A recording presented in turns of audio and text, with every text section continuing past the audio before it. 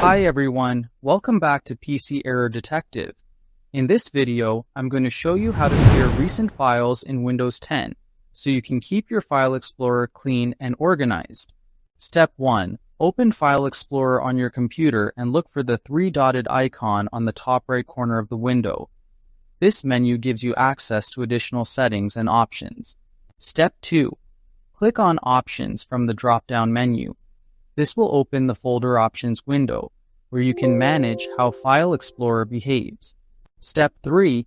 In the Folder Options window, scroll down to the Privacy section at the bottom.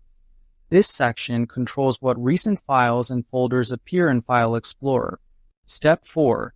Click on the Clear button next to Clear File Explorer History. This will remove all recent files that have been displayed in your File Explorer. Step 5.